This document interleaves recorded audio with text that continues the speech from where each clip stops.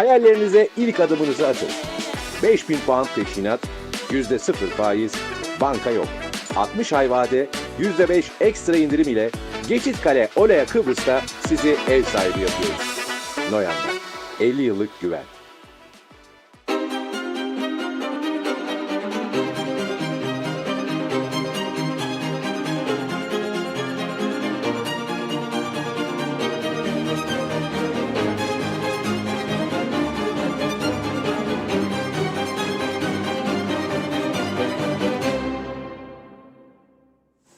Sevgili izleyenlerimiz merhaba. Gündem Özel programında Diyalog Medya Grubu Genel Yayın Yönetmeni Reşat Akar'la birlikte sizlerleyiz. Vakit kaybetmeden hemen konuları paylaşalım. Evet, Cumhuriyet Meclisi 99 günlük tatilin ardından meclis başkanlığı ve divan seçimi için 2 haftalık bir süre harcadıktan sonra yeniden bir haftalık tatil sürecine girdi. Meclis başkanlığı seçimiyle ilgili görüş ayrılıkları devam eden Ulusal Birlik Partisi ve Cumhuriyetçi Türk Partisi arasındaki uzlaşı sonucunda meclisin bir sonraki birleşiminin 28 Ekim'de yapılması kararı alındı. Yapılan açıklamada çok sayıda milletvekilinin Adıyaman'da Şampiyon Melekler duruşmasına katılacağı belirtildi. Bu arada siyasiler gibi kamuoyunda yeni meclis başkanı konusunda ikiye bölündü. Son seçimde Ziya Öztürkler'in meclis başkanı seçildiği görüşünü destekleyenler gibi seçimin sonuçlanmadığını iddia edenler de var. Diyalog muhabirine konuşan Ulusal Birlik Partisi Genel Sekreteri Oğuzhan Hasipoğlu, 28 Ekim günü oturumu Başkan Ziya Öztürkler'in açacağını söyledi. Konuşacağız. Bir diğer konumuz Kuzey Kıbrıs'ta sürekli seçim ve gerilim tartışmaları ön plana çıkarken dünyaca ünlü Financial Times gazetesi üniversitelerle ilgili olumsuz yayınıyla dikkat çekti. Gazetenin haberinde Kuzey Kıbrıs'taki üniversitelerin Avrupa ve Afrikalı öğrenciler için tuzak olduğu iddia edildi. Konuyla ilgili olarak Halkın Partisi Genel Başkanı Kudret Özersay'la canlı telefon bağlantımız olacak. Ayrıca Kuzey Kıbrıs'ta yolsuzluk ve rüşvet iddiaları gündemdeki yerini koruyor. Konuyla ilgili vatandaşların görüşlerini yansıtacağız. Son olarak da Kıbrıs Rum halkının ezici bir çoğunluğu adada federal çözümün yakın bir gelecekte gerçekleşeceğine inanmıyor. Yapılan kamuoyu araştırmalarına göre halkın %88'i savaşın Kıbrıs'ı çözüme götüreceğine inanmıyor. Buna karşın faşist eleman milletvekillerinden Andreas Temistokleous herhangi bir çözüm taslağının referanduma götürülmeden imzalanması halinde silahların konuşacağını söyleyerek dikkat çekti. Konuyla ilgili detayları vereceğiz. Buyurun Reşat Bey. Evet, herkese hayırlı günler, hayırlı haftalar dileyerek başlayalım. Yeni bir haftaya girdik ama normalde bugün yeni haftanın ilk gününde pazartesi ve salı günleri Yüce Meclis'in genel kurul toplantılarının olması bekleniyor. Öyle bir prosedür var. Fakat 99 günlük tatil bittikten sonra biliyorsunuz 2 hafta süreyle başkanlık seçimiyle uğraştılar. 4 ayrı başkan adayı gösterildi ve sonunda geçtiğimiz hafta sonu Ziya Öztürkler'in meclis başkanı seçildiği belirtildi. Kimin tarafından? İktidar kanadı tarafından. Fakat muhalefet buna itiraz etti ve bu itiraz sürüyor. Meclis divanı bu konuyu görüşüp karara bağlayacak deniliyor. Bunun için de CTP, UBP ile anlaşarak bir süre koyalım. Bunun için de bir gerekçe lazım. Nedir gerekçe?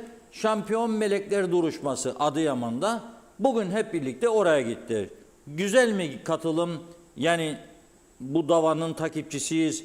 Adaletin yerini bulmasını istiyoruz. Mesajının Adıyaman'daki yargıya verilmesi açısından doğru bir yaklaşım mı? Kalabalık bir ekibin gitmesi ve siyasilerin, başbakanın, başbakan yardımcısının, koalisyon ortaklarının, bakanların, ana muhalefetlilerin gitmesi doğru mu? Doğru. Ama duruşma yarın. Yani pazartesi, salı toplanmazsınız, çarşamba toplanırsınız. Yok. Bir hafta ara. Neden? Bu bir haftalık sürede meclis divanının yapılan son oylamayı değerlendirmesi isteniyor. Biliyorsunuz 26 evet, 23 hayır çıkmıştı. 26 evetin 3 oy pusulasında çifte mühür vardı. Şimdi kamuoyu Diyor ki haklı olarak genel seçimlerde, belediye seçimlerinde, cumhuriyet seçiminde 2 tane mühür vurulursa bir kareye geçersiz mi? Geçersizdir. Mecliste niye geçerli kabul ediliyor? Çünkü meclis iş tüzüğünde 2 mühür vurulursa geçersizdir diye bir ifade yer almıyor diyorlar. O yüzden de Ziya Bey'in meclis başkanı seçildiğini belirtiyorlar. Şimdi artık bu meclis başkanı Hasan mı, Hüseyin mi, Veli mi, Ahmet mi, Ziya Bey mi, Zorlu Bey mi? Bu tartışmanın bitmesini hepimiz istiyoruz. Çünkü yapacak çok iş var. Meclisin çok ciddi ve çok ivedi görevleri var. Çünkü ülkenin sorunları katlanarak devam ediyor. Ama hala da bu tartışma bitmiş değil. Bir haftalık bir süre daha uzuyor. Şimdi 28'inde acaba bu yüce meclisi başkan olarak kim açacak? Şimdi bir bilgi geldi. Zorlu Bey diyormuş ki başkanlık divanı bir bütündür, tümü seçilmeden Ziya Bey başkan olarak açamaz diye bir görüş bana ilettiler. Doğru mu değil mi bu görüş bilmiyorum. Ama bir görüşte diyor resmi gazetede ilan edilmesi lazım. Edilmeyeceğini kim söyledi size?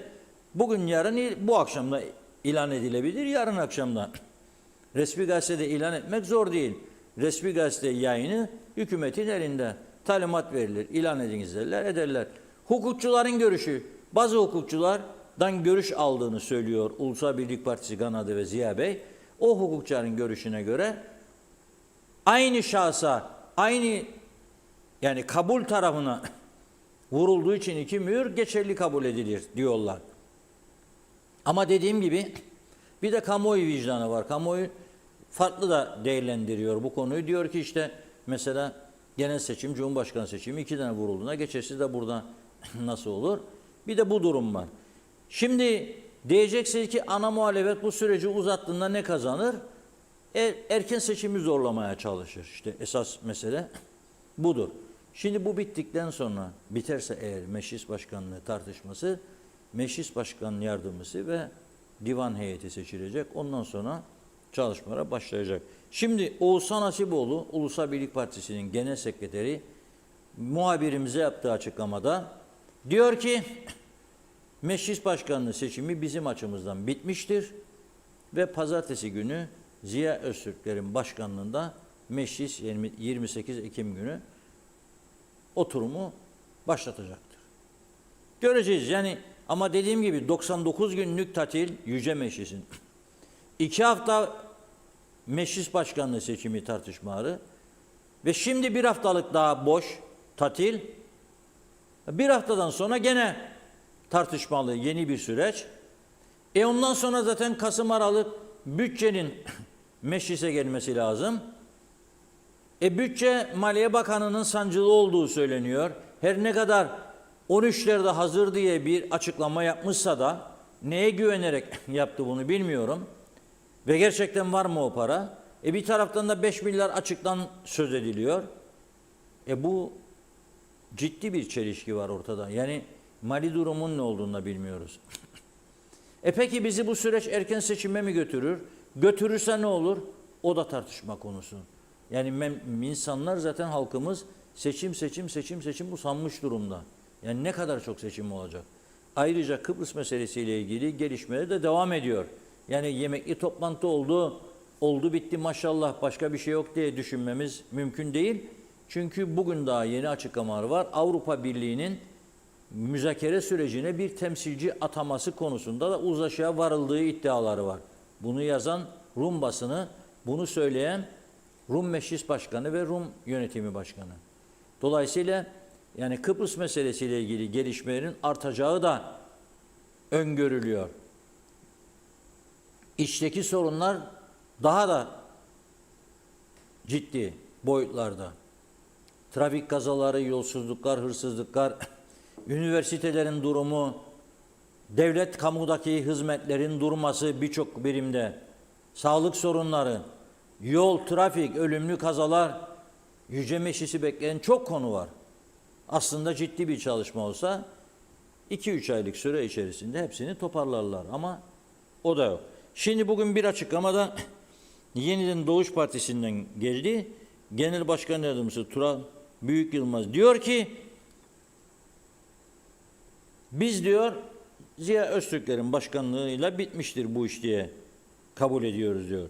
Eğer başkanlığı iptal edilirse ve yeni bir sürece girilirse YDP milletvekillerinin diyor, yani 2 milletvekilinin yeni bir seçime katılacağını düşünmüyorum diyor. Yani katılmayacaklar demek istiyor. Talip Atalay Bey, Erhan Arıklı Bey, 2 milletvekili var. Yeniden Doğuş Partisi koalisyonun küçük ortağı. Ama bu 2 milletvekilinin oylamaya katılmayacağını söylüyor Genel Başkan Yardımcısı. Eğer iptal edilirse. Yani kaos daha da büyüyecek demektir. Ama farz edin ki edilmedi. Eğer bu Ulusal Birlik Partisi içerisindeki ayrılıkçılar, hizipleşmeler devam ederse o zaman bütçede sorun çıkacak demektir. Yani biz bir süre daha bu sancılı meclis birleşimlerine tanık olacağız demektir. Bu da tabii ki hoş bir durum değil.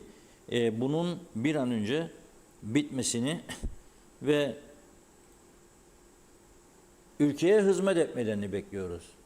Peki olacak mı bu? Bilemiyorum olacak mı olmayacak mı ama olması gereken bu. Çünkü tekrar üzerine basarak söylüyorum, bekleyen ciddi sorunlar var ülkeyi. Mesela Cuma günkü programımızda ne demiştik? Yabancılarla ilgili bir karar aldı hükümet. Birden fazla mülk alan varsa avukat yanında sözleşme imzalayarak 1 Kasım'a kadar bu mülkleri iade etmesi lazım. Eğer iade etmezse elindeki mülkler onun olmayacak, el konulacak yani. Bu bir şeydir yani, yasa dışı. Normalde uluslararası kurallara aykırılıktır. Sen eski yasana göre, eski uygulamalara göre adamlara satmışsın, parasını da almışsın. Şimdi diyorlar ki bir konut alabilirsin, ötekiler iptal. O bir konutu da gel ispat et diyorlar. Tapu dairesine öde vergisini. Adamlar tapu dairesine gidiyor. Bu defa tapu dairesinde işlem yaptıramıyorlar. Yani bundan daha çelişkili bir durum olamaz. Gelelim diğer konuya. En önemli konulardan biri nedir Kuzey Kıbrıs ekonomisi? Turizmdir. Turizme bağlı ticarettir. Eğitimdir. İkinci lokomotif sektör olarak görebiliriz. Çünkü Narence'yi öldürdüler sağ olsunlar. Eğitimde çok ciddi sorunlar var. Emlakta çok ciddi sorunlar var. İşte mesela İsrailli iş adamı Simon Aykut'la ilgili Cuma günü son duruşma yapıldı. Onu sizinle konuşamadık. Program sonrasında bilgiler geldi. Simon Aykut'un avukatı tarafından yapılan bütün itirazları Rum Mahkemesi reddetti. Ve adam şu anda cezaevinde tutuklu kalmaya devam ediyor. 4 kişi var Rum Merkezi Cezaevinde. Kuzeyde Rum mülklerinin satışından sorumlu tutuluyorlar. Bunun genişlemesi halinde Kuzey Kıbrıs'ta emlak sektörünün tamamen bitmiş olacağını tahmin etmek zor değildir. Şu anda zaten emlak sektöründe ciddi sıkıntılar var. Eski satışlar yok. Fiyat düşüşleri yaşanıyor. Alıcı yok. Alanların bir kısmı memleketi terk ediyor. Yabancılar gidiyor. Şimdi siz tek mülk dediğiniz insanlara işkence çektiriyorsunuz tapu dairelerinde. Tek mülkü de kaydedemiyor ve sıra geldi eğitime. Şimdi dünyaca ünlü Financial Times gazetesi Kuzey Kıbrıs'taki üniversitelerle ilgili bir yayın yaptı. Diyor ki Kıbrıs'ın kuzeyindeki üniversiteler yabancılar için tam bir tuzak diyor. İyi dinleyin lütfen. Ben bunu söylemek istemezdim ama bu Financial Times'dan sonra Güney Kıbrıs'ta birçok gazetede bugün geniş bir şekilde yer aldı. 2 gün önce oldu yayın. Ama bu artık yayılmaya başladı etrafa.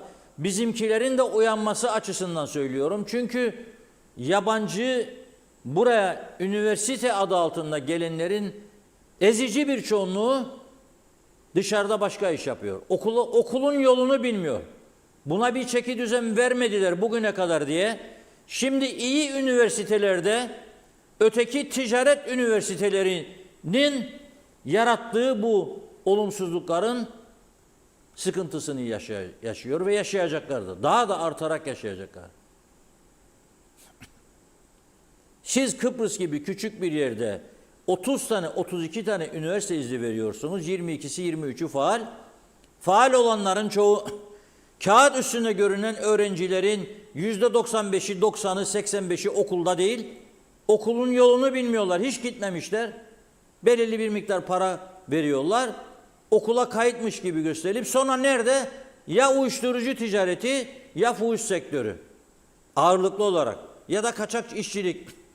Şimdi gazetede diyor ki Kuzey Kıbrıs'taki üniversitelerde öğretim fırsatlarını tanıtan ajanslar özellikle Afrika ve Asya'dan olan yabancı öğrencilere tuzak kuruyorlar diyor. Kıbrıs'ın kuzeyi yabancı öğrenciler için bir tuzaktır diyor. Ve bu haberde diyor ki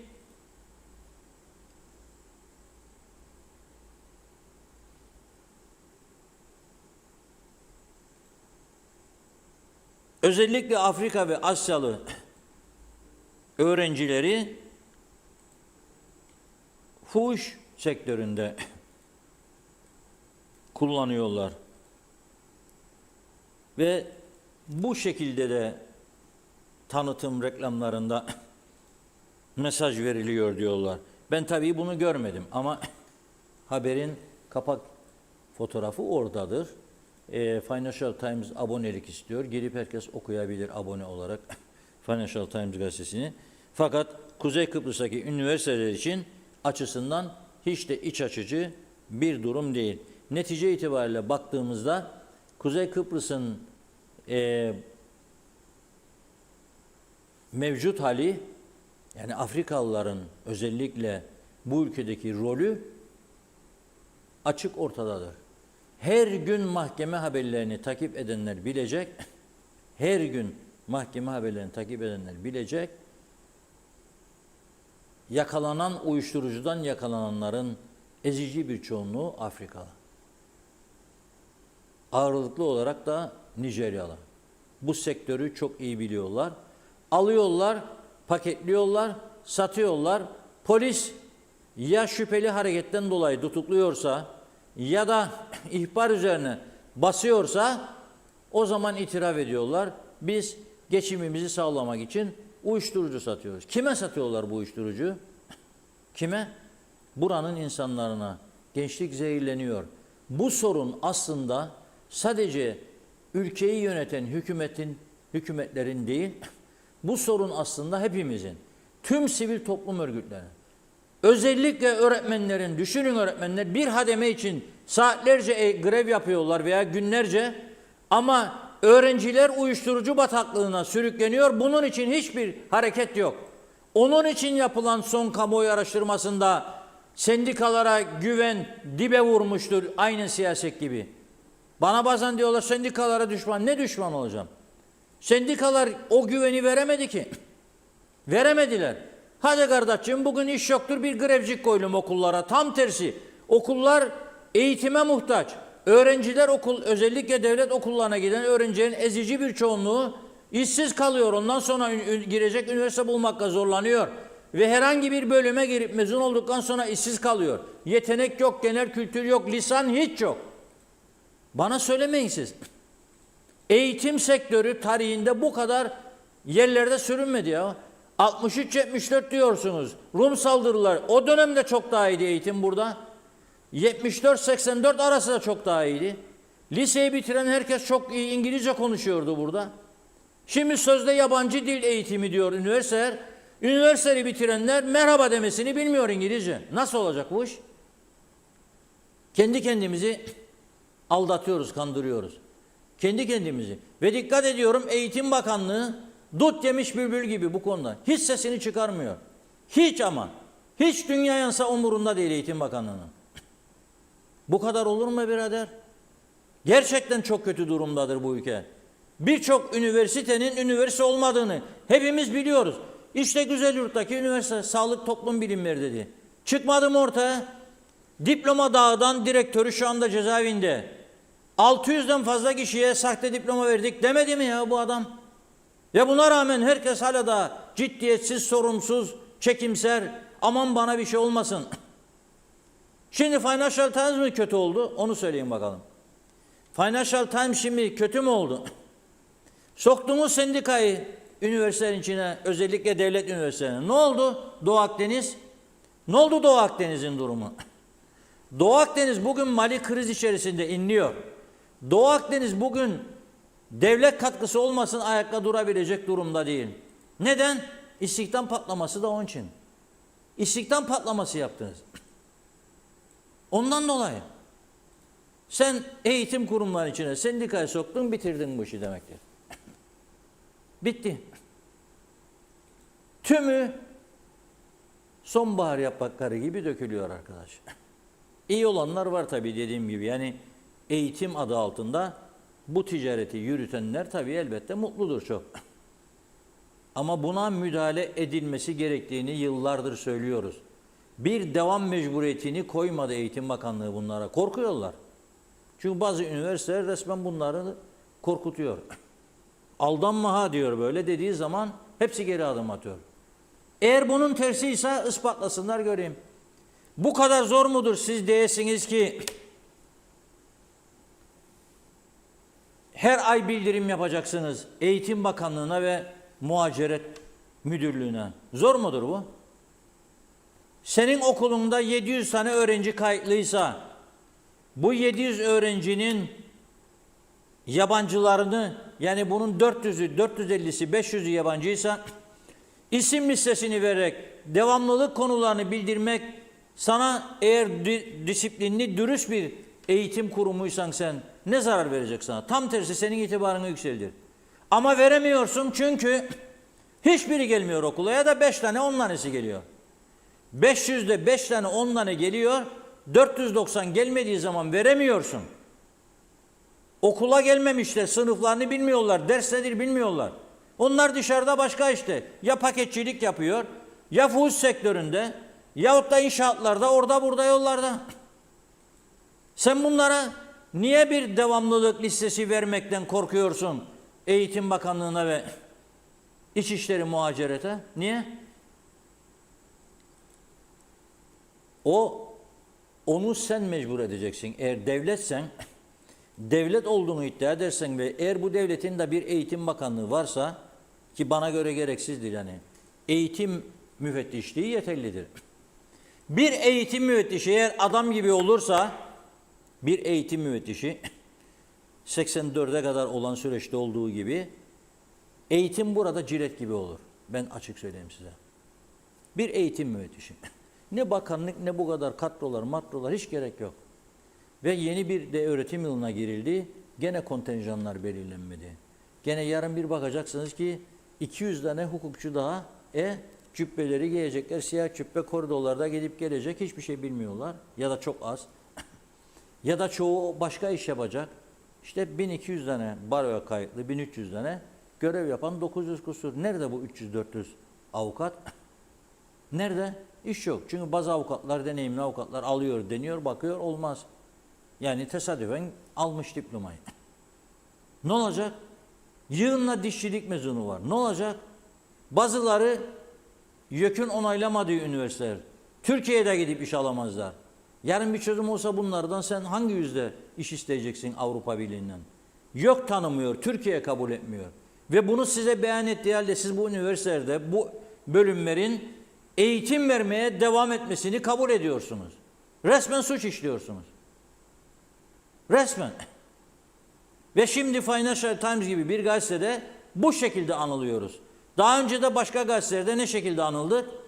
Buradaki İngilizlere mülk sattıklarımızı kandırmakla suçlandık. Yalancılıkla suçlandık. Parasını ödedikleri evlerden atmakla suçlandık. Kuzey Kıbrıs bir işgal bölgesidir dediler. Sakın gidip ev almayın. Yasa dışıdır dediler. Alanları mağdur ediyorlar dediler.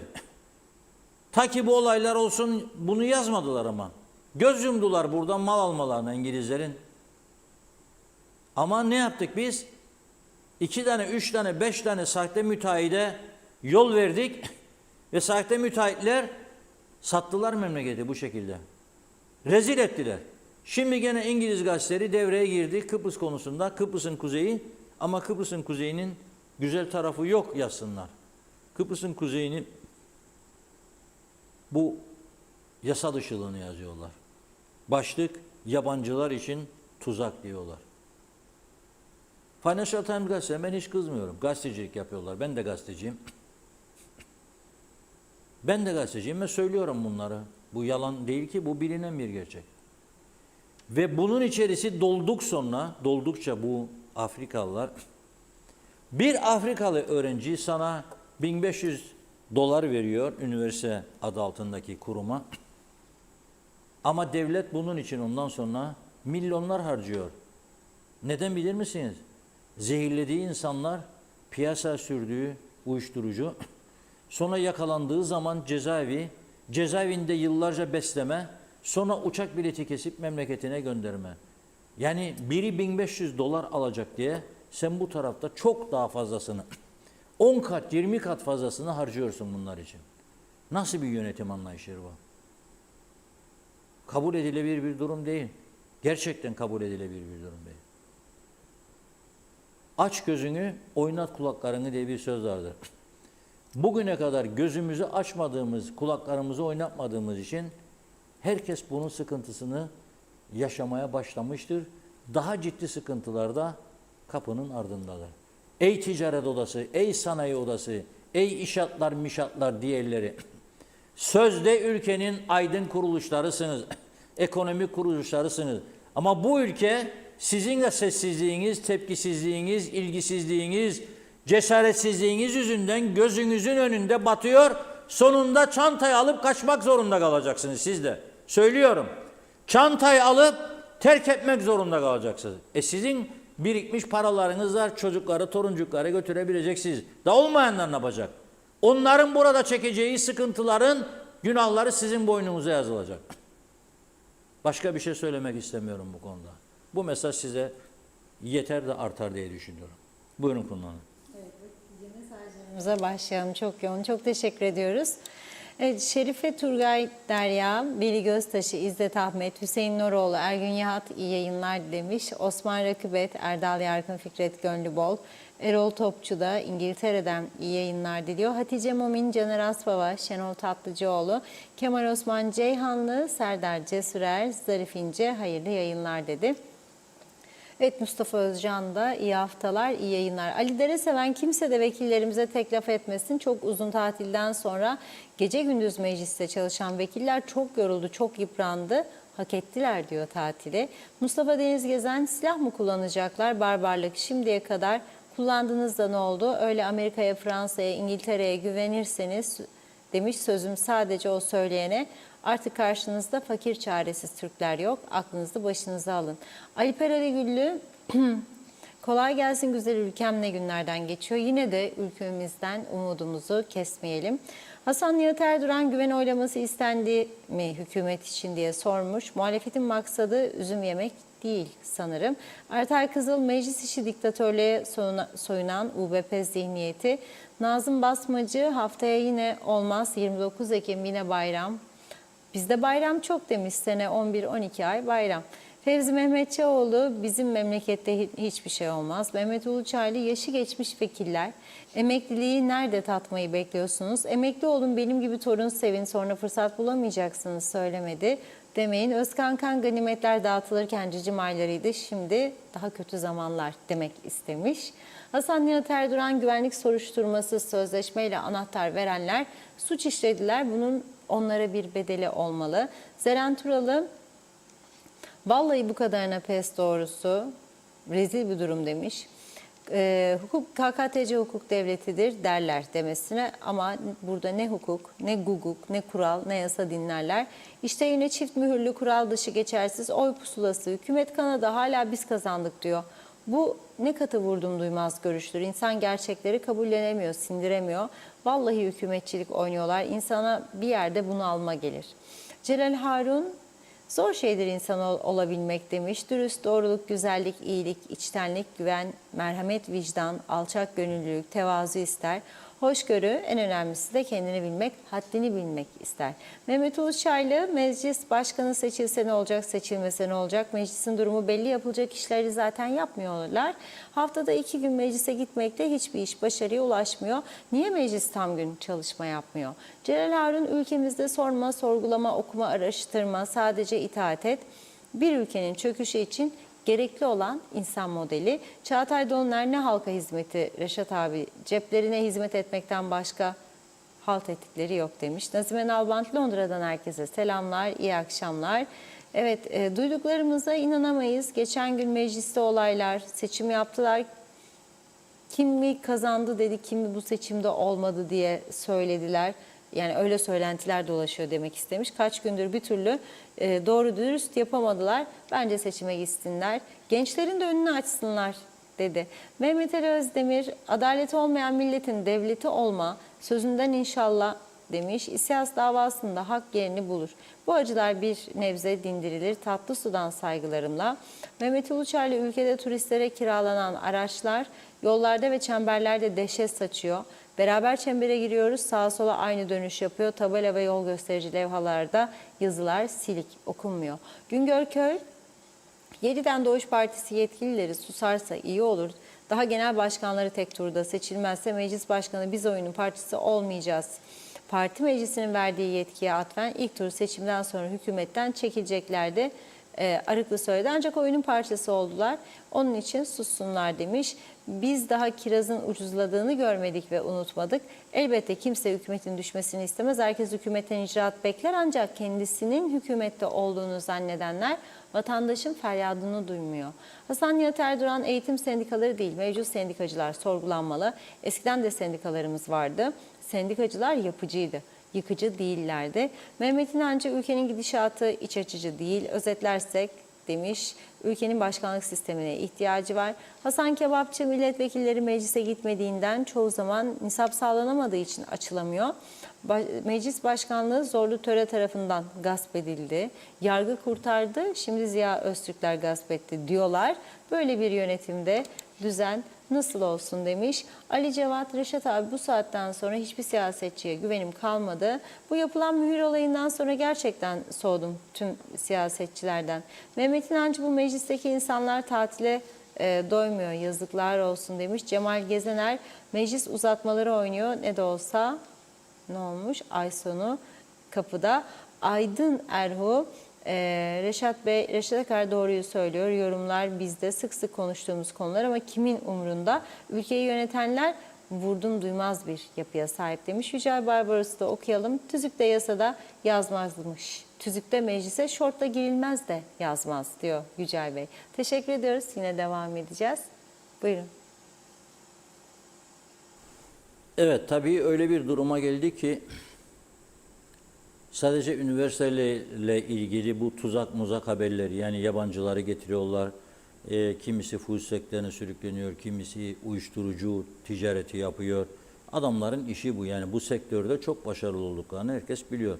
Ve polis tutukladığı zaman ağlayanlar var işlerinde, biliyor musunuz? Hem uyuşturucu satıyor hem de diyor ki benim yatacak yerim yok diyor. Nerede yatıyor bu insanlar? Sokaklarda, boş yerlerde. Biliyorsunuz hala da atıl vaziyette duran eski tahlil laboratuvarımız var, Sağlık Bakanlığı'nın kullandığı. Atıl vaziyette kalınca bir ara oralara yöneldi yabancılar, Afrikalılar. Hem orada atılı vaziyetteki şeyleri, uyuşturucu içerikli ilaçları alıp, kullanılmayan, tarihi geçmiş ilaçları alıp kullanıyorlardı. Hem orayı işte bir yatakhane olarak kullanıyorlardı. İlginç bir durum var, onu söyleyeyim. Bugünkü polis bülteninde gördüm. Düşünün siz Edremit bölgesinde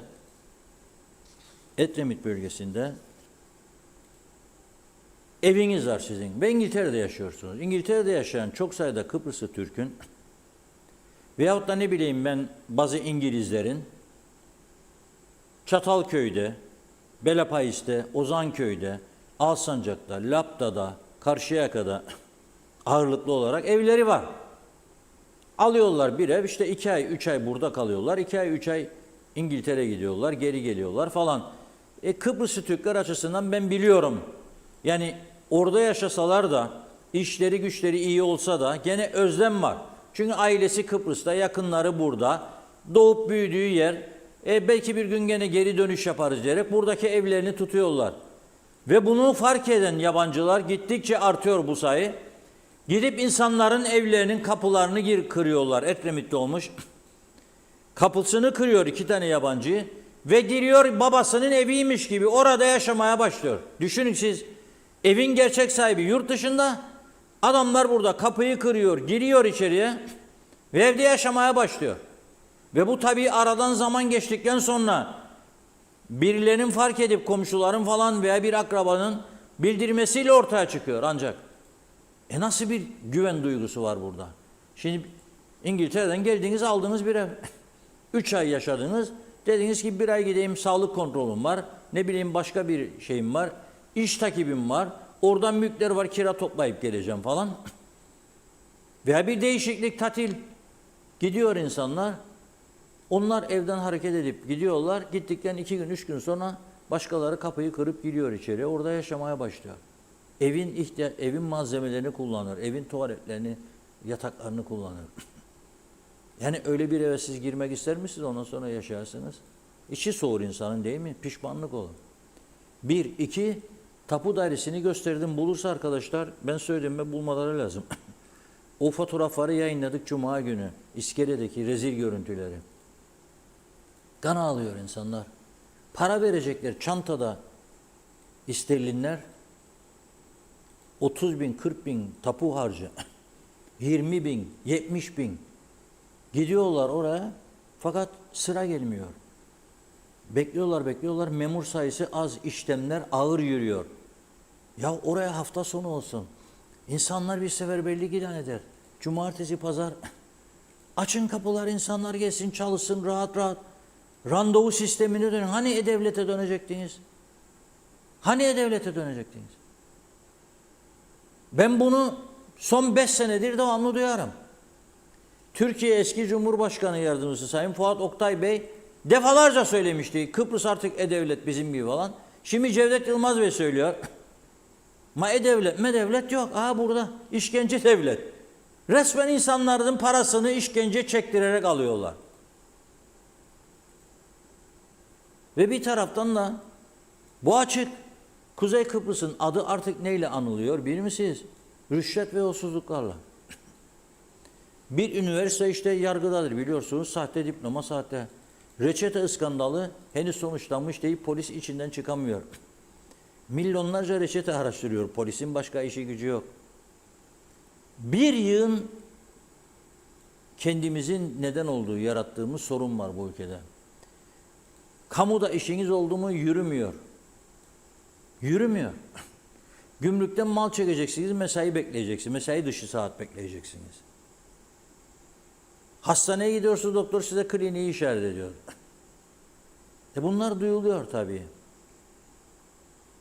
Ve adımız son zamanlarda bir de bununla ilgili olarak anılmaya başladı. Ömer Kadiroğlu'na dedi ki git sor bakalım vatandaşlara. Biliyorsunuz Ömer Kadiroğlu dediğim nedir slogan? Havada, karada, denizde. Ömer Kadiroğlu mikrofonu uzattı. Var mıdır, yok mudur yolsuzluk? Forever tiyarensi de diye sordu. İzleyelim. Yaygın olduğuna inanıyor musunuz? İnanıyorum ya. İnanıyorsunuz. Bunun sebebi nedir sizce? Ama hangi televizyon olduğunu söylemedin. Diyalog TV. Ha. Rüşvetin sebebi memurların yetersiz olması, bilgisiz olması rüşveti doğurur. Bir de geçim sıkıntısı olunca rüşvet ortaya çıkar. Peki devlet bunu önleyebilir mi? Devlet rüşveti biraz zor önler ama devletin başındakiler alırsa önlenmez. Yani nasıl olacak da önlenecek? İnanıyor musunuz devletin başındakilerinin de rüşvet aldığına? İnanırım tabii. Evet. Çünkü düzelmez. Evet, düzelmez. Ne olacak böyle gidiyor? Çünkü aldıkları maaşlarla yaşadıkları hayat orantılı değil. Yani yöneticilerden bahsederim. Yani memur maaşı öyle 200 bin lira, 300 bin lira, 50 bin lira maaşla o işte yaşadıkları o şeyle hayat yaşanmaz. Evet. Ne olacak böyle giderse? Ne olacak?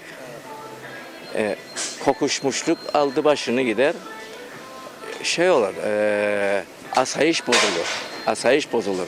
Hırsızlık artar, öldürmeler artar. Ne diyeyim başka? Suçlar artar, evet. Kuzey Kıbrıs'ta rüşvetin yaygın olduğuna inancınız var mı? Var. Neden rüşvet var sizce ülkede? Herkesin iş olsun diye. Biri yedirme var, biri yerde. Devlet istedikten sonra hiç önlenmez.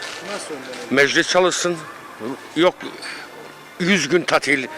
Tekrar 28'ine kadar gene tatil. Nedir bu şey?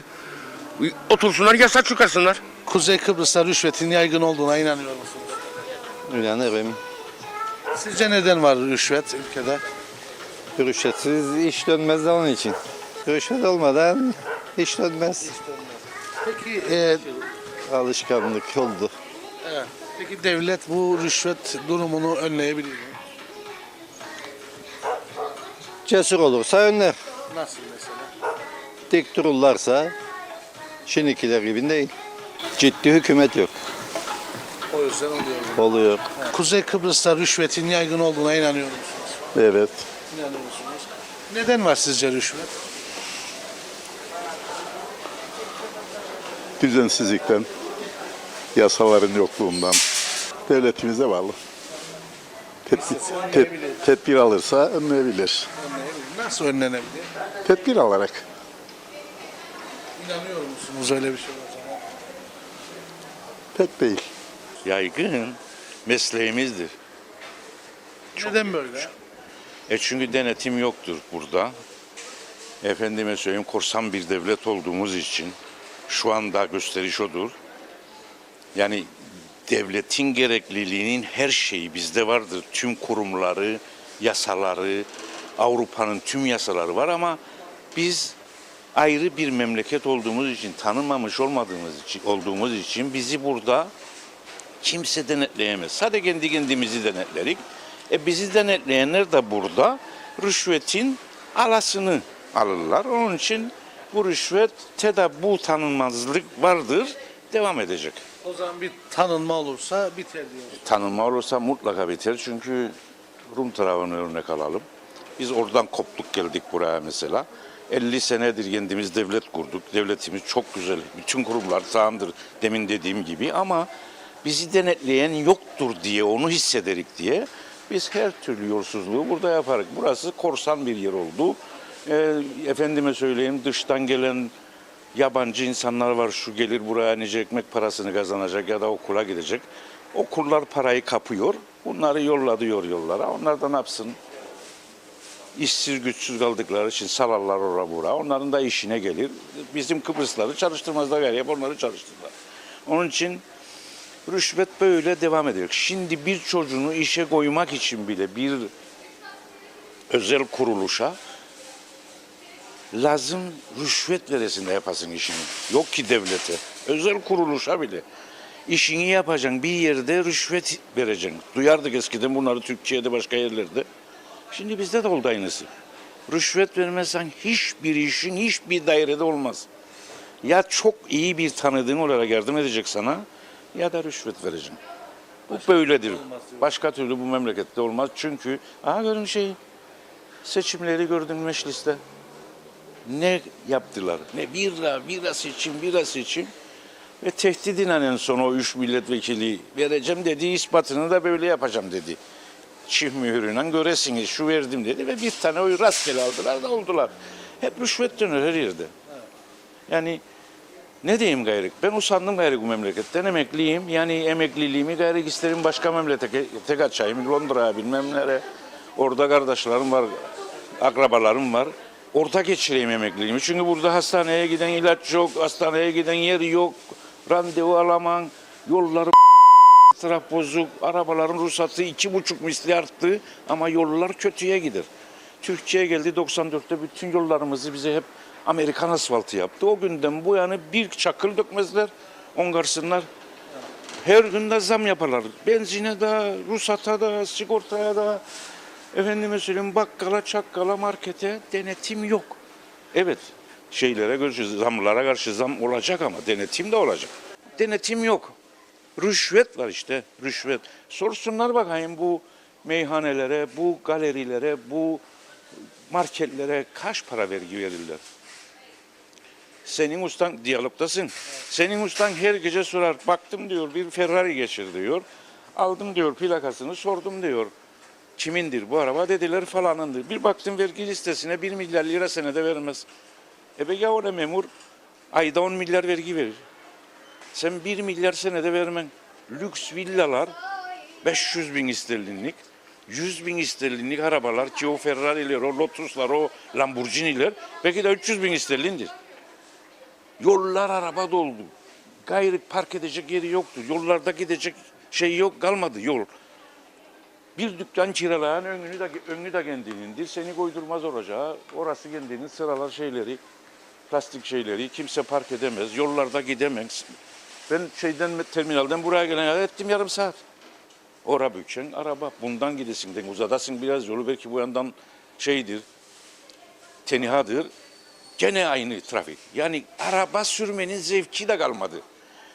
Adam Ferrari ile gelir, geçer yanında. O da durur ışıkta, ben de dururum ışıkta. O da adım adım gider, ben de adım adım giderim. Yani arabanın da zevki yoktur ama insanlar farkında değil. Yani diyeceğim budur benim. Ben kendi adıma söylerim ki ben emekli çıktım. Gayrı çoluk çocuğumu da evlendirdim. Adayı terk etmeyi düşünürüm 65'ten sonra. Gideyim başka memlekete, Londra'ya örnek göstereyim. Gideyim oraya. İlacım beleş, doktorum beleş, stres de yoktur. Herkes kurallara uyar, herkes sırasına bakar. O partidensin, bu partidensin. Onda kesinlikle yoktur. Bir işin varsa da kanunidir, o işin olur. İstediğin partiden ol. Burada öyle değil. Burada öyle değil. Onun için nefret ettirdiler insanları. Bütün daireler artık bitti. Var mı rüşvet olayları? Muhakkak. Var. Muhakkak var. Peki sizce neden rüşvet ülkede uygulanıyor? Vallahi nasıl diyeyim, idarecilerin iyi yönetememesi. Yönetimde bozukluk, kopukluk var. O yüzden rüşvet ve yolsuzluklar her zaman oldu ve olacak. Peki nasıl önlenebilir bu durum? Nasıl önlenebilir? Acil yasaların değişmesi lazım. Yasalar değişecek. Etkin kararlar alınacak. O şekilde düzelir. Onun haricinde düzelme olmaz. Var mı umudunuz düzelecek diye? Yok maalesef.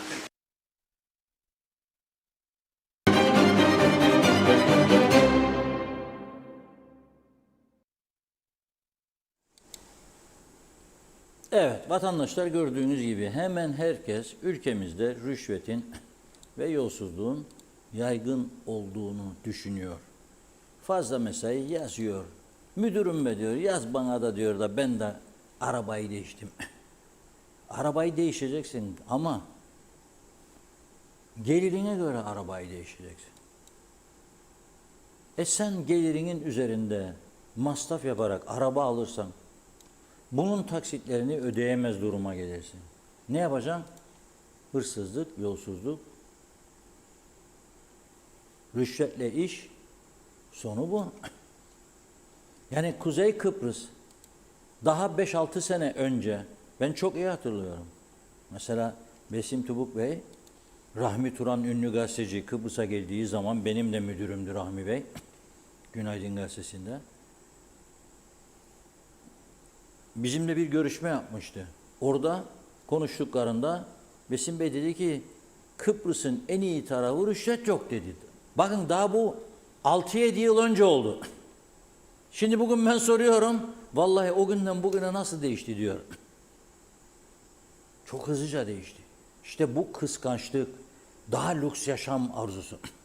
Daha iyi yaşam arzusu herkeste olması normaldir.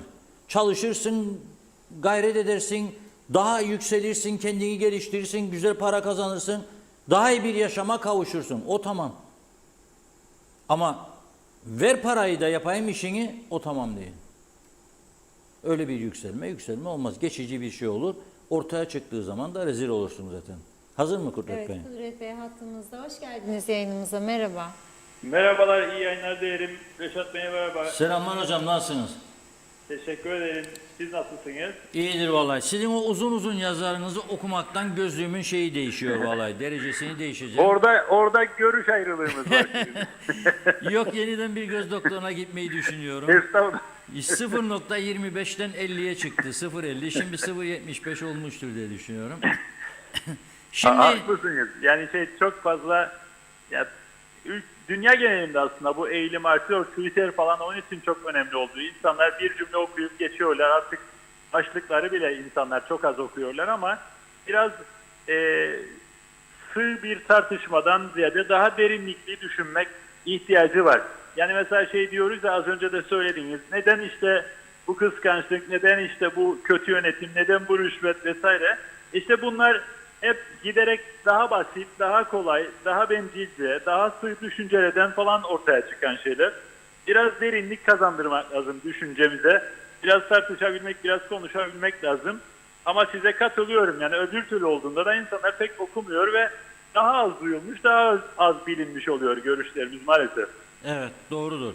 Peki eğitimden başlayalım. Siz aynı zamanda bir eğitimcisiniz. Evet. Hukuk profesörüsünüz. Ben ara sıra profesör sayısını eleştiririm, gücünüze gitmesin. Yani olanları eleştiririm. Yani Ben kendimden o açıdan emin olduğum için alınmam ben. tamam. Şimdi bu Financial Times'daki haberi okudunuz mu? Ne düşünüyorsunuz? Evet. Bu tür uygulamaların önüne geçmek mümkün mü? Ne yapabiliriz? Kısaca bununla başlayalım. Evet, yani siz uzunca bir süredir zaten dile getiriyorsunuz bu canlı yayınlarınızda. Bizi de telefonla bağladığınızda hep söyledik en baştan itibaren.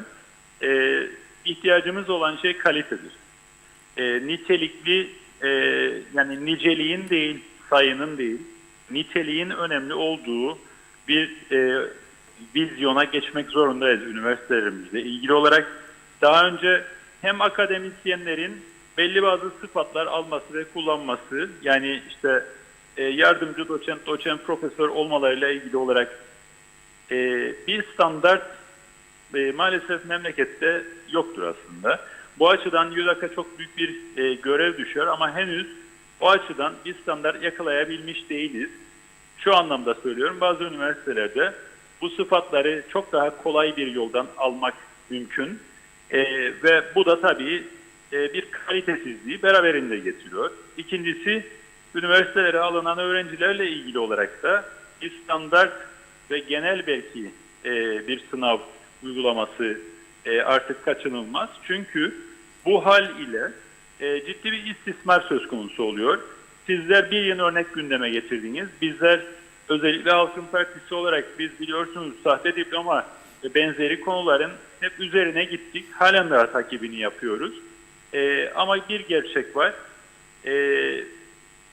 Yani öğrenciler kullanılıyor veya kişiler kullanılıyordan ziyade birileri bundan menfaat ve rant elde ettiği için üniversite adı altında tabela üniversitelerinin bu ülkede kurulduğunu, ne kadar bakın bir yığın üniversitemiz oldu diyerek sayıya önem verildiğini, kaliteye değil sayıya önem verildiğini gördük son 10 yıl içerisinde özellikle ve bu da bizi yüksek öğrenimde bir yıkıma götürdü gerçekten.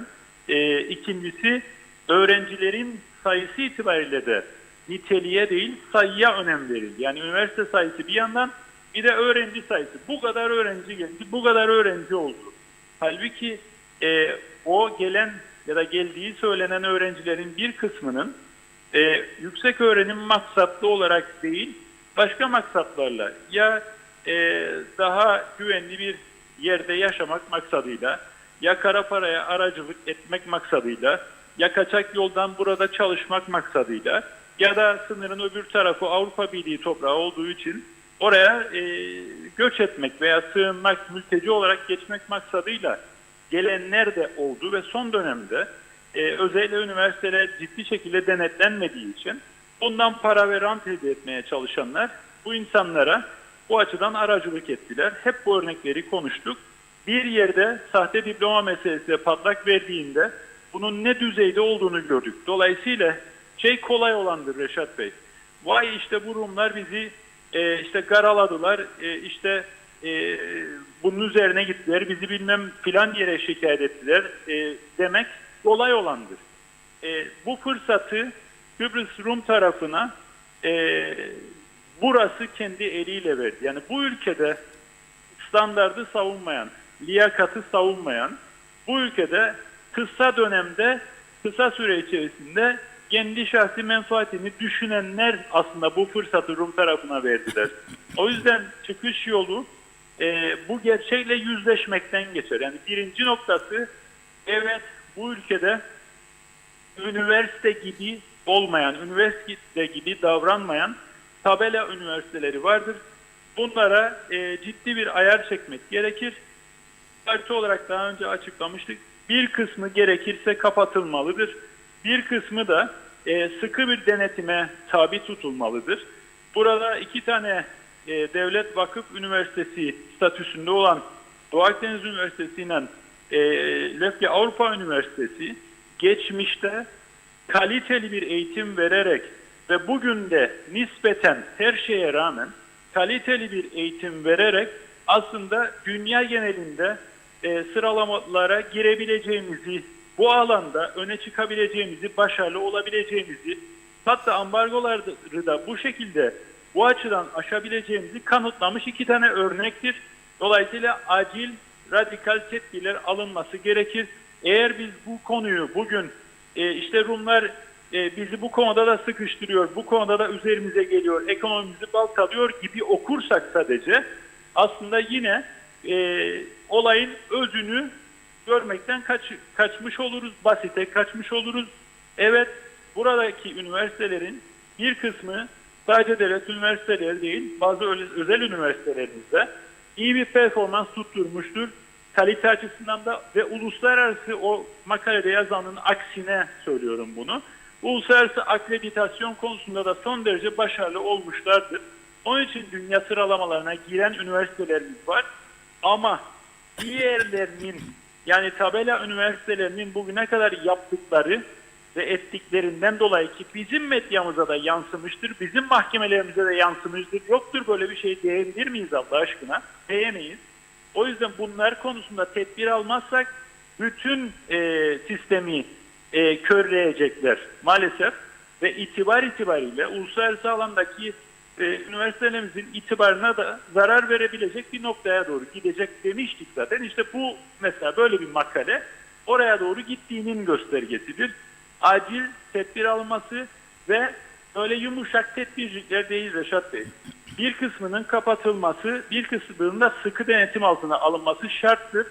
Adı üniversite olan ama kendisi bir özel yüksekokul bile olamayacak durumda olan tabela üniversitelerinin.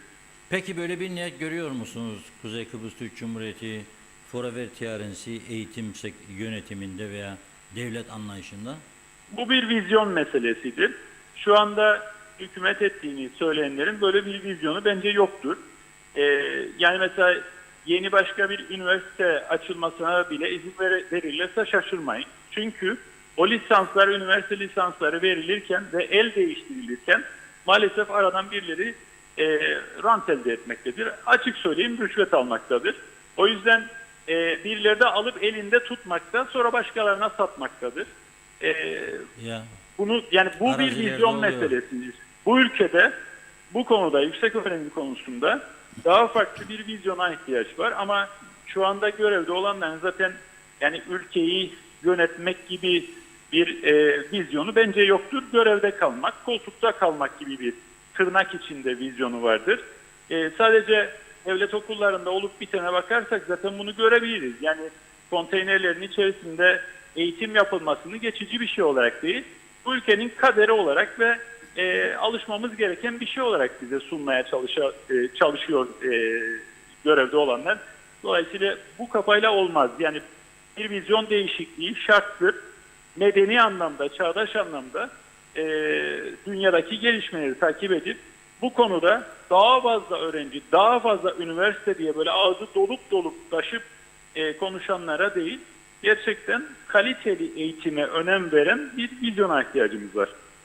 Evet, teşekkür ederim. Gelelim konusuna, bizim Yüce Meclis konusuna. Sizce başkan seçilmiş mi, seçilmemiş mi? Ben yani şöyle söyleyeyim, seçildiği yönünde iddialar ağır basıyor. Bazı hukukçular diyor ki çünkü iş tüzük genel seçimler ve Cumhurbaşkanlığı seçimi gibi değildir. İş tüzük farklıdır. Bazı milletvekilleri varmış. Mührü vururken eli titreyen milletvekili var. Böyle benim elim için titretiyorum. Biraz kayabilirmiş. Ben tabii Evet. ona inanmıyorum. O 3 tane milletvekili bilinçli, kasıtlı bir şekilde oraya vurmuştur.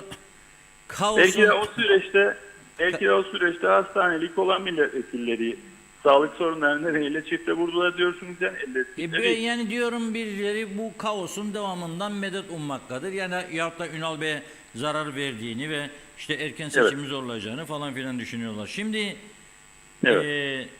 size göre bitti mi, bitmesi gerekir mi? Çünkü bu 99 gün tatilin üstüne 2 hafta eklendi. Meclis daha oturum yok. Şimdi bir hafta daha ilave ettiler.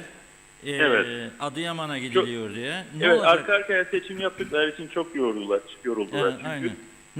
Bundan sonrası için ne düşünüyorsunuz? Tabii şunu söyleyeyim. Tabii ki Adıyaman'a gidilmesi meselesini doğru buluyorum. Doğrudur, Yani destek verilmesi bağlamında. Ben de daha önce gittim. O açıdan bir eleştiri değildir söylediğim kendilerine. Başka türlü anlaşılmasın. Şimdi bir kere şu var. Şaibeli bir durum var ortada gerçekten de. Çünkü şunu diyemezsiniz Reşat Bey. Siz bu memlekette yıllarca binlerce insanın oyunu, binlerce oyu kutunun, karenin dışına basıldı ya da birden fazla kez mühür basıldı diyerek iptal ettiniz mi ettiniz? Bu seçimlerin yapılmasını meclisin kendisi hep düzenledi ve karar verdi. Ve meclisin yaptığı düzenlemeler çerçevesinde vatandaşın oyunu bu sebeple sen iptal ederken sen milletvekili olarak oy kullandığında bu kurallara tabi olmayacaksın. Sen dilediğin gibi kullanacaksın. Ne yani bir milletvekili çarpının yanına bir de böyle mürekkebe elini basıp bir de parmacık bassaydı mesela parmak izi gene de geçerlik kabul edecektik bunu. Yani bu ciddiyetten uzak bir yaklaşımdır diye düşünüyorum. Vatandaşın tabi olduğu kurallara, onun için hatırlarsanız o gün sabah yazmıştım. Cep telefonuyla girememeniz lazım sizin içeriye. Vatandaşa, sandığa siz cep telefonuyla giremezsiniz. Girerseniz, fotoğraf çekerseniz polis size işlem yapar, elinizde telefonu alır vesaire diye binlerce örnek olmadı mı bugüne kadar seçimlerde? Efendim milletvekillerimiz girer neye göre? Yani vatandaştan farklı bir uygulama olmaması gerekirdi. Bu açılardan baktığımız zaman şaibeli bir durum vardır ortada. Zaten ana muhalefet partisi de bunun tamam olmadığını onlar da zaten söylemiş durumdadır. Zaten bunun bilerek ve isteyerek ilgili adaya oy vermek istemedikleri belli olan kişiler tarafından yapıldığını da herhalde anlamak için alim olmaya gerek yok. Ama özete gelelim. Özet şudur. Bir kere normal şartlarda bu meclis başkanı vesaire seçilmiş olsa ve meclis açılmış olsa aslında yapılması gereken şey bellidir. Bir kere ahlaki olarak siyaset etiği açısından ve hukuken de Ünal Bey'in gidip güven tazelemesi yoluna gitmesi gerekir mecliste. Anayasada da yazar bu. Başbakanın böyle bir konumu olduğunda yani meclis başkanını seçtiremedin sen. Parti içerisinde vekillerin arasında sana güven oy verenler arasında güvenini kaybettiği ve yitirdiğine dönük çok ciddi emareler var ortada. Madem ki böyledir, anayasa açıkça yazar, gidip güven tazelemesi yoluna gitmesi gerekiyor Ünal Bey'in. Bu açıdan bir ses de yok. Yani ya istifa etmesi gerekir. Bu ortaya çıkan hallerden sonra, siyasi rezaletten sonra Ünal Bey'in istifasını vermesi gerekir. Veya en azından hayır bana destek devam ediyor diyorsa meclise gidip güven tazelemesi gerekir. Anayasada bunu tarif eder. Ama ikincisi Ünal Bey'in dışında ana muhalefet CTP için de bir sorumluluk söz konusu. Çünkü anayasa açıkça siz bir hükümetin güven kaybettiğini düşünüyorsanız başbakan aleyhine güvensizlik önergesi verebilirsiniz. 26 sağlanırsa da hükümet zaten düşmüş olur. Başbakan da anayasaya göre yine Cumhurbaşkanı'na istifasını vermesi gerek. Yani güvensizlik önergesi. Şimdi bu ikisi de yapılmadı bunların. Yapılmasından da bahsedilmedi bile dikkat ederseniz. Evet. Muhalefet de diyor ki hükümet bitmiştir. Dolayısıyla önce şunu herhalde yapmak istiyorlar. Meclisin açılması lazım bunların olabilmesi için. Halbuki meclis daha önce açıktı. Bu girişimler yapılabilirdi. Yani Ünal Bey bu olaydan sonra meclis başkanı seçildikten sonra güven tazelemesi adımını atabilirdi. Yeltenmedi buna. Belli ki buna çok cesaret edemiyor. Ama ana muhalefet partisi de güvensizlik önergesi verebilirdi. Ya var mı ya bu hükümetin meclisin içerisinde 26'sı diye sorgulatabilirdi. Ama o da bunu yapmış durumda değil. Meclis açılır mı? Öyle görünüyor ki yapılan açıklamalara baktığımızda pazartesi gün meclisi Ziya Bey gidip açmaya çalışacak. Nettir bu. Çok. Çünkü Ziya Bey seçildiği hükümete göre ve Ziya Bey açmaya çalışacağında soru şu. Ana muhalefet partisi CTP Ziya Bey'in seçilmediğini, bunun hukuka aykırı olduğunu söylüyor. Ben de aynı kanaatteyim.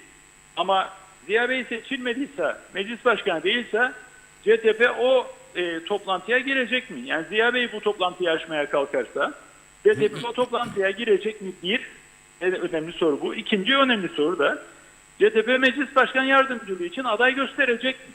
Meselesidir. Yani Evet. bunu yapmazsa ne olur? Bir kere iki şey söyleyip tamamlıyorum. Uzattım biliyorum ama önemlidir gerçekten. Toparlayalım lütfen. Eğer, Tamam.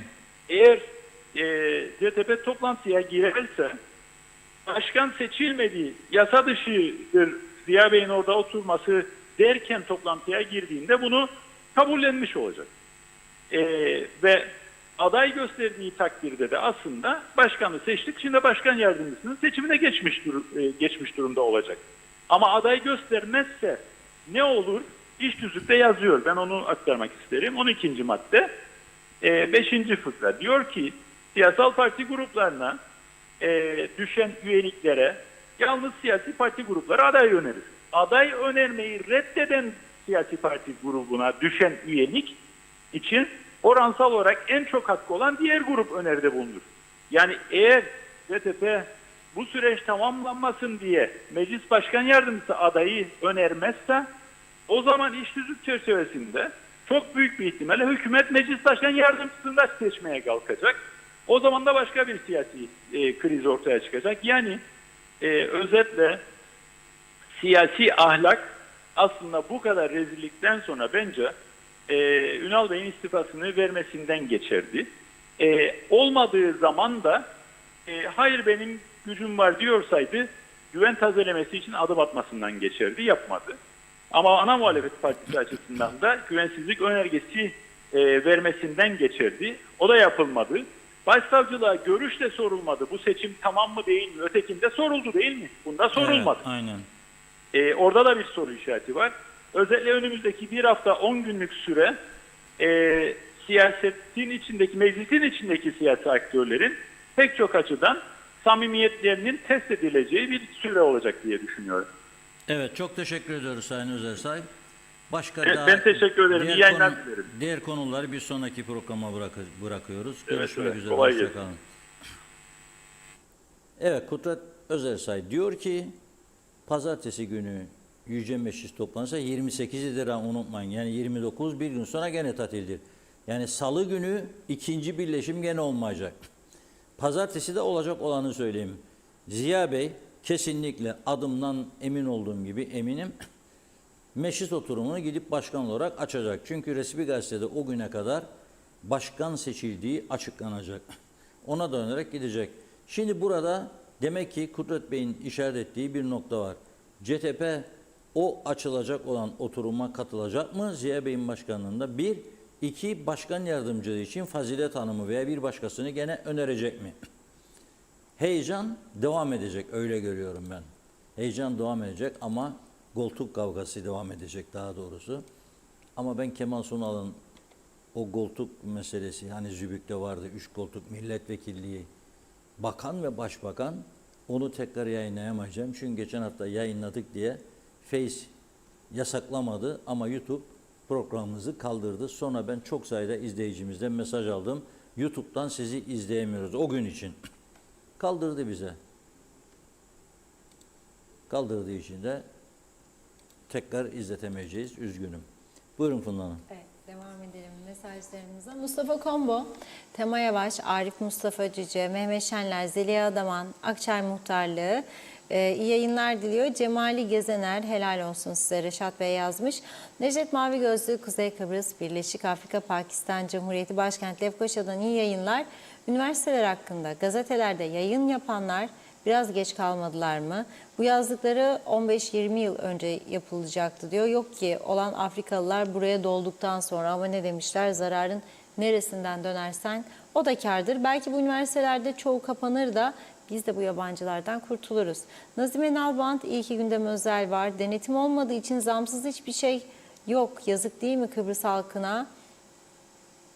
Kaç senelerdir böyle, gidişat maalesef hiç iyi gitmiyor demiş. Şampiyon meleklerimizin mekanları da cennet olsun. Adalet istiyoruz. Allah annelere sabırlar versin. Böyle acılar hiç yaşanmasın. Cem Ener, size eşit egemen devletin nasıl iş yaptığını örnekle anlatayım. Polisten karakter belgesi almam gerekti. Birinci ziyaretimde polis müdürlüğüne gittim belge almak için. Gereken 3 belgenin ne olduğunu öğrendim. Çünkü bu bilgi internette yok. İkinci ziyarette polise belgeleri teslim ettim. Bir sonraki gün yaptığım 3. ziyarette belgeyi aldım. Türkiye'de aynı belge tek tuşla E-Devlet'ten bedavaya saniyede alınıyor. Kuzey Kıbrıs'ta ise heba olan saatler, 91 lira damga pulu parası ve 3 ziyaret için ödediğim tonla benzin parası. Hasan Nihat Erduran, mülkte zerre konuşma hakları yok demiş. İngiliz de koçanlara alengirli işler yaptılar. Kıbrıs Cumhuriyeti de 63'te işgal istila edip ganimetlendi. Sebep belli, sonuç bugün. BM uyumaya devam etsin. Ertuğrul Kanık, Financial Times'ın bize haber yapmasına gelene kadar bu ülkede yıllar önce tüp bebek merkezlerine yumurtalığını satan kızlar şebekesi patlak vermişti. Unutuldu ve unutturuldu. Şimdi yabancı öğrencilerin fuhuş uyuşturucu olayları ayyuka çıktı.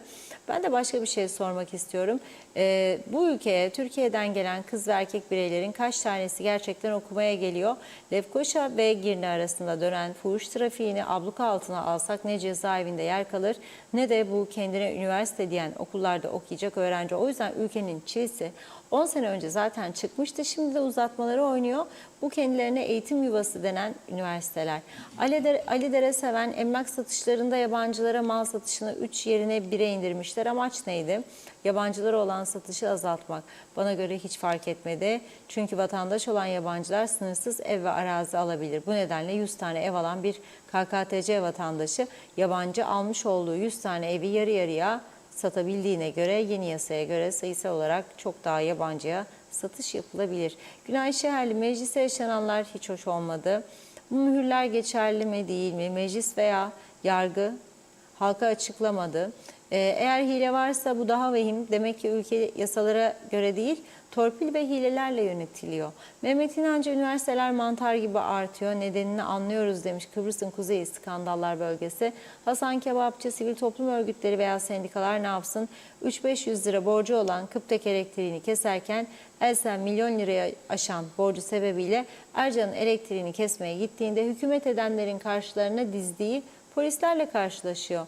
Cemali Gezener, meclis uzatmaları oynar ne de olsa ay sonu kapıda demiş. Mehmet İnancı, meclis başkanı kim oldu? Zorlu Bey hala umutlu galiba diyor. Diploma konusu da ne zaman yargıya ulaşacak? Birkaç da profesör verilmiş. Erkan Kaya, çeri domates 150 lira, normal küçük domates 70, sebze meyve mafyası durmuyor, durdurulamıyor. Mafya Türkiye'den ucuz ürün gelmesini de kabul etmiyor. Çağatay Donlar, E-Devlet değildir Reşat abi. Bunlar bilse rüşvet bilir kitabını bile yazarlar. Raif Özyanık, usta kolay gelsin, iyi ki varsınız, ders çıkarsınlar konuşulanları. Ali Cevat, Ömer'e ne kadar güveniyorsunuz? Sanırım kilolar gitti havada karada, ona güveniyorsunuz. Demek ki tığ gibi kaldı demiş. Evet, Celal Harun, 2022-23 dönemi adli yılın açılışında eski Yüksek Mahkeme Başkanı Narin Ferdi Şefik ülkede son yıllarda rüşvet almak ve görevi kötüye kullanmak suçlarıyla ilgili dava sayısındaki artışa dikkat çekmesi siyasetçilerimize ibretlik bir ders olmalı.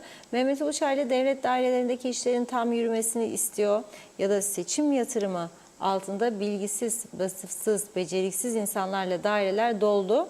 İçlerinde parmak sayısı kadar becerikli var demiş. Ama işlerin yükü daima işini düzgün yapanların sırtına kaldığından bu işler yavaşlar. Seyreken rüşvet alanların belası Allah değil kanunlardır. Demokrasi ülkesinde yolsuzluk varsa suçlular mecliste otururlar. Göz yumma siyaseti bitmeli diyor. Natalya Dede, başlasınlar artık demiş. Marketler, galeriler sağda solda her yerde açılıyor. Devlet buna nasıl izin veriyor demek istedi. Çok fazla Pakistanlı olduğuna da dikkat çekmiş. Çocukları ben bırakıyorum ve korkuyorum. Gürdal Büyükgüngör kan kokusu almış köpek balığından daha tehlikeli olan rant kokusu almış devlet görevlisi. Ali Dere Seven sahte diploma olayı ne oldu? Elektrik sorunu giderildi mi? Bir anda kestiler. Elsen göreve devam ediyor mu? Uzun zamandır adını duymuyoruz demiş. Evet, Hasan Kebapçı yani demek istiyor ki meclis başkanlık koltuğu çalınmıştır.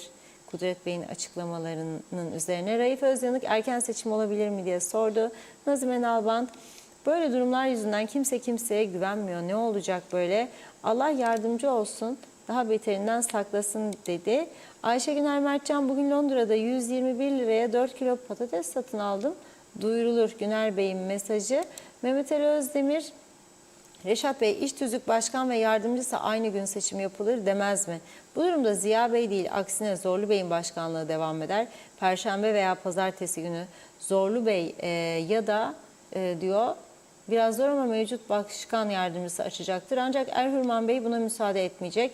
Kısacası seçime devam ta ki başkanlık sistemi kararı çıkana kadar erken seçim kararı olmayacaktır demiş. Yaşayıp göreceğiz, Tatlısu'dan selamlar dedi. Şöyle bakıyorum. Evet, Mehmet İnancı Londra'ya gelişiniz ne oldu diye sormuş. Şimdilik tamamladık gibi. Teşekkür ediyoruz. Buyurun. Evet. Rumlar nereye gidiyor, biz nereye gidiyoruz? Güney Kıbrıs'ta biliyorsunuz farklı bir gündem var. Onlarda da yolsuzluk, rüşvet oluyor, olmaz demiyorum. Yalnız farklı bir yöntem var. Orada mesela Yüksek Adliye Kurulu bir anda ne yaptı? Ombudsmanı görevden aldı. Bir anda. Çok kıyametler koptu. Dinlemedi. Başrolü kim oynadı? Başsavcı. Daha etkili bir yargı mekanizması var güneyde. Onları o şekilde götürür. Ayrıca gündemlerinde ağırlıklı olarak hangi konu var? Kıbrıs konusu var. Şimdi New York'a gidildi. Güzel bir akşam yemeği yendi. Sonra iki konuda uzlaşı olduğu söylendi. Bir sonraki gayri resmi dedikleri görüşme 4+1 olsun. Yani ana vatanlar da katılsın. 2, Kıbrıs'ta sınır kapılarının çoğaltılması konusunu liderler görüşsün. Bizim lider ısrarla Haspolat diyor. Rum diyor Haspolat'ın yanında Piro'yu da açalım diyor. Dolayısıyla şu anda bir uzlaşı belirtisi yok. Ama halk daha çok kapı istiyor mu? İstiyor. Onlar gelip bizden akaryakıt alıyorlar daha ucuz olduğu için ve sigara falan alıyorlar. Domates, biber, patlıcan da gerçekten bizde halen daha ucuzdur. Güney'e geçip baktığım için biliyorum zaman zaman. Ama bazı şeyler de onlar da bizden çok ucuzdur. Mesela et gibi konularda bizim vatandaşımız haklı olarak geçiyor oradan alıyor. Çünkü neredeyse yarı fiyat veya yarının biraz üzerinde. Şimdi ama onların gündeminde Kıbrıs sorun çözümü her zaman vardır günlük yaşamda. O yüzden de gazeteler araştırma şirketlerine görev veriyor ve araştırın bakalım diyorlar. Ne düşünüyor şimdi bu New York yemeğinden sonra? Politis gazetesi Retail Zoom isimli şirkete 14-16 Ekim tarihlerinde daha yeni yani bir anket yaptırmış. 3818 kişinin katıldığı bir anket. Ben buna güvenirim bakın. Bazen bizde açıklanır ya böyle 500 kişi hiç güvenmem. Çünkü 14 sene önce, 13 sene önce Kıbrıs Medya Grubu'nda yaptırıyordum ben. Kadem vardı o zaman ve gerçekten Muharrem Faiz Bey bu işin uzmanıydı. Bir Kıbrıslı Türk olarak eğitimini görmüş, İngiltere'de araştırma falan geldi. Dürüstlüğüne de inanıyordum. Biz o dönemde bile 580 öneriyordu bize. Yani 12-13 sene önce. Biz 1250'nin altında yapmadık hiç. Yüz yüze. Telefon da değil. Telefon gerçekçi değildir. Yüz yüze görüşme. Ve denetlenmesi lazım. Çünkü bazı anketörler gitmeden, bir eve girmeden kendi dolduruyordu. Arada çıkar böyle insanlar. Onu takip ederek ve bu tür uygulama yapanları dışlayarak inandırıcı bir kamu araştırması. Ama en sağlam araştırmayı ne zaman sağladık biliyor musunuz? 3000 civarında araştırma kişiyle görüşüldüğü zaman. Meclise girecek 50 milletvekilinin 45 tanesini bulmuştu bize. İsim bazında. Güvenirim. Şimdi dolayısıyla 3818 oldukça iyi bir rakamdır. O çerçevede yaptıkları anket sonucunda bakın halk ne diyor? Nikos Christodoulidis'in liderleri bizim için bir hayal kırıklığıdır diyor. Ve gazete bunu manşetinde kullanıyor. Ama Rum lideri o gazeteyi öcü görmüyor. Bizde olsa kasıtlıdır, bana karşı bir suikasttir, darbedir, bilmem bakalım hangi güçlerden destek almaktadır falan falan falan. Arada kültür farkı budur. Onlar böyledir kültürde, biz gittikçe dibe vuruyoruz. Yani yerin altına geçme aşamasına doğru gidiyoruz. Şimdi orada diyor ki kendisine, halka,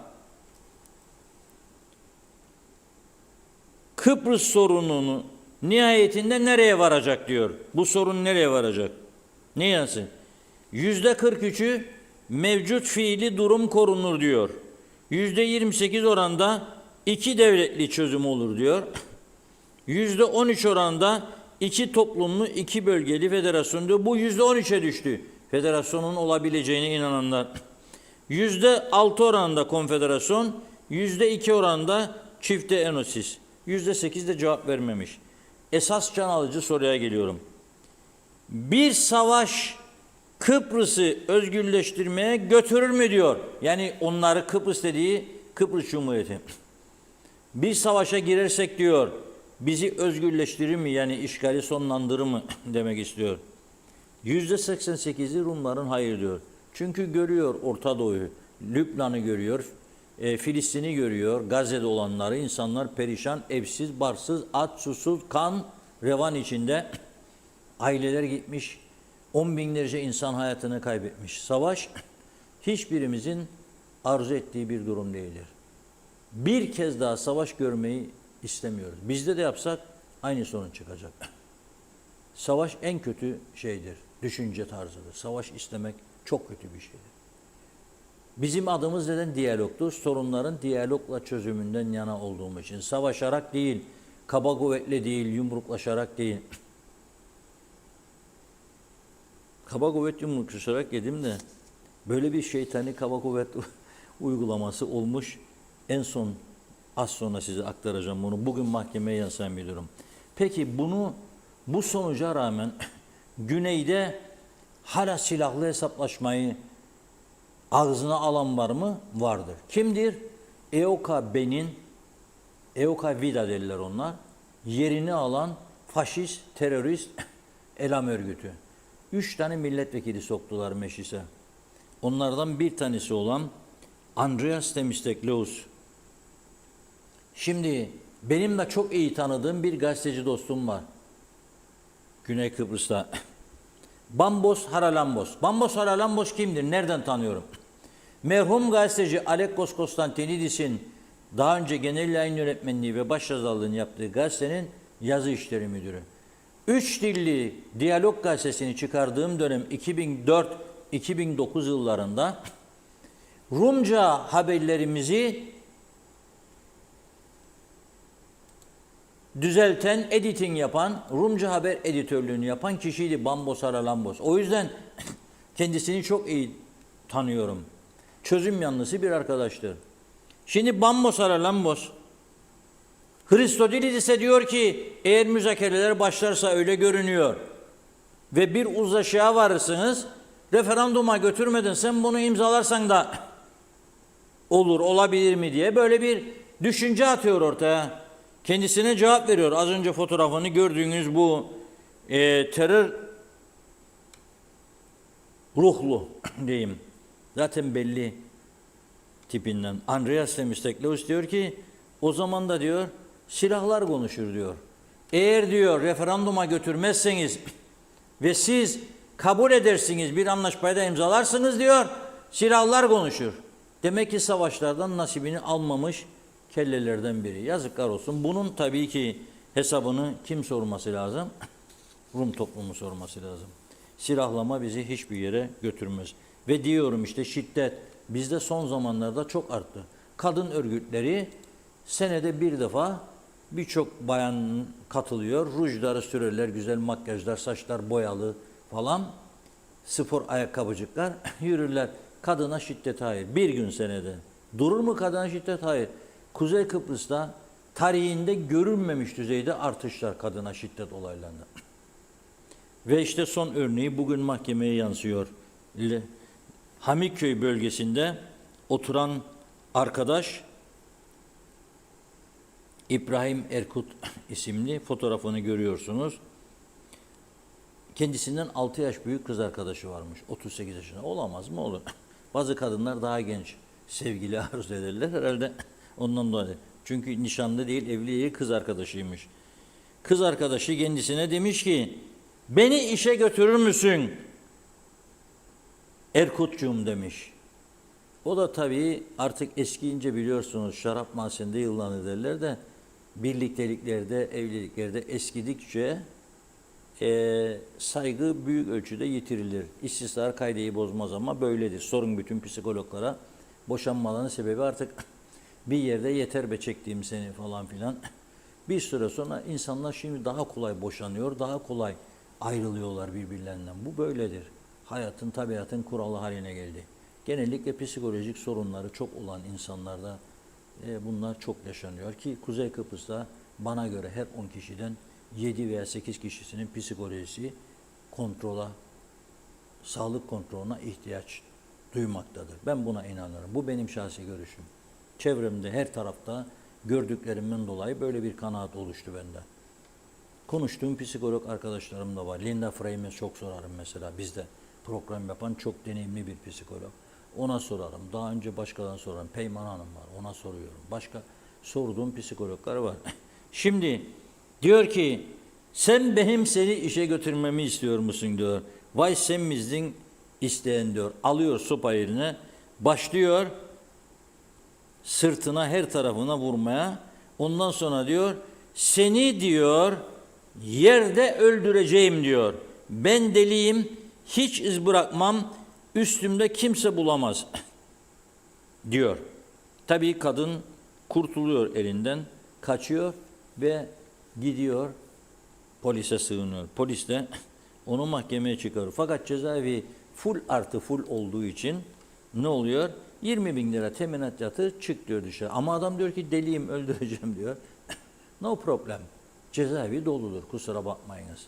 600 kapasiteli cezaevinde 1000 kişi varsa nereye koyacağım seni? Tuvaletler kadar dolmuş vaziyette. İşte esas meclisin, yüce meclisin göremediği bunlardır. Memleket nereye gidiyor? Bunu fark etmek yerine sen miydin, ben miydim? O muydu, bu muydu? İç tüzük müydü, dış tüzük müydü? Anayasa mıydı, babayasa mıydı? Olmaz be birader, yapmayın bize bunu artık. Yorulduk, gerçekten yorulduk. Evet, bugünlük bu kadarla noktalıyoruz. Yarın inşallah, maşallah daha güzel haberlerle birlikte oluruz diyelim. Evet, teşekkür ediyoruz. Tamamladık sevgili izleyenler. Yarın yine aynı saatte görüşmek üzere. İyi akşamlar.